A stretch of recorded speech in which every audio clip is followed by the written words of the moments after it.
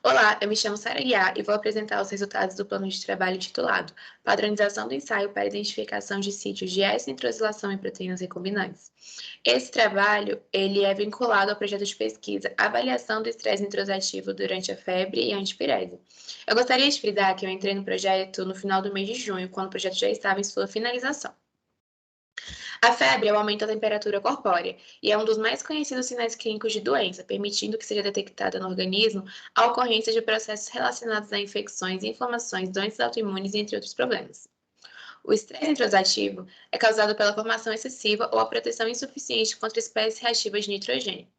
Estudos recentes vêm demonstrando que a importância de identificação de biomarcadores de estresse nitrosativo em doenças como diabetes e artrite reumatoide, assim como a relevância de relacionar o tratamento à inibição ou indução da produção de espécies reativas de nitrogênio. Estudos realizados por nosso grupo de pesquisa têm demonstrado que, no modelo de febre induzida por LPS, ocorre o aumento da biodisponibilidade de óxido nítrico, e acredita-se que, nesse contexto, essa molécula tem um efeito pró-inflamatório.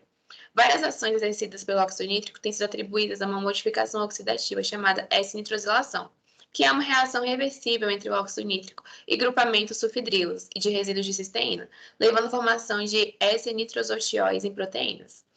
Considerando o que foi exposto, nosso objetivo foi padronizar um protocolo para análise de quantificação de S-nitrosilação, buscando a melhor compreensão desse mecanismo e do papel do óxido nítrico na resposta febril.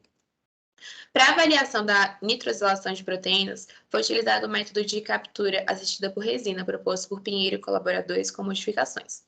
As proteínas foram extraídas do tecido hipotalâmico com um tampão de extração suplementado com coquetel inibidor de protease e centrifugado a 12.000 giros a 4 graus Celsius por 10 minutos. O sobrenadante foi adicionado a 1,6 ml de tampão de bloqueio por 20 minutos a 50 graus Celsius misturado a cada 5 minutos.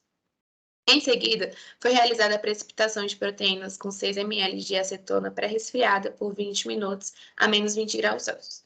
As amostras foram centrifugadas a 2.000 giros por 10 minutos a 4 graus Celsius e os pellets foram levados 4 vezes com acetona de 70% e suspenso em 0,5 ml de tampão de bloqueio com 1% SDS. Em seguida, as amostras foram incubadas durante a noite a 4 graus Celsius com 20 milimolar de ascorbato e 40 microlitros de tilpropilcefarose 6B sob rotação, e todas as etapas foram realizadas em ausência de luz.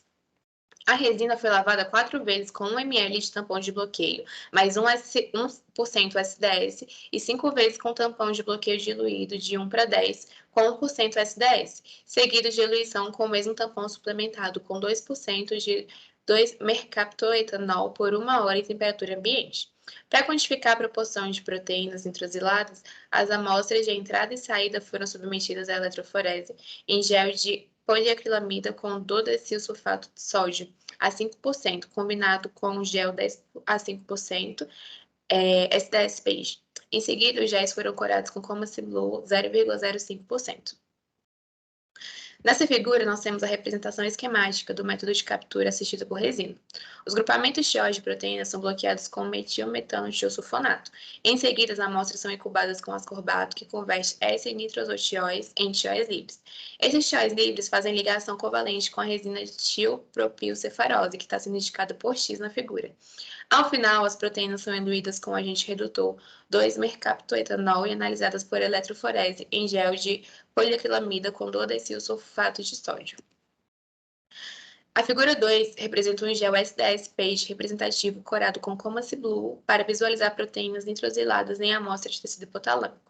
Apesar de várias tentativas, o método empregado não foi efetivo no enriquecimento e quantificação de proteínas nitrosiladas. Verifique-se que as proteínas de entrada foram visualizadas após a aplicação de 1 e 3 microlitros de amostra, enquanto as proteínas de saída não puderam ser visualizadas com o mesmo após a aplicação de 10 microlitros de amostra. Não podemos determinar a causa do problema, mas é possível que as proteínas nitrosiladas sejam de menor abundância dentro da amostra e por isso não tenham sido detectadas. Mais experimentos deverão ser realizados para a padronização do método em nosso laboratório.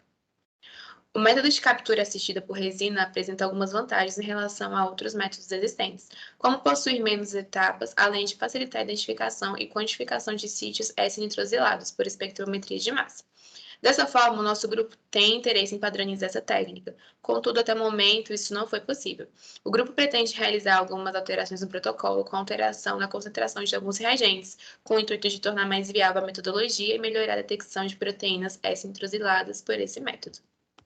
Muito obrigada!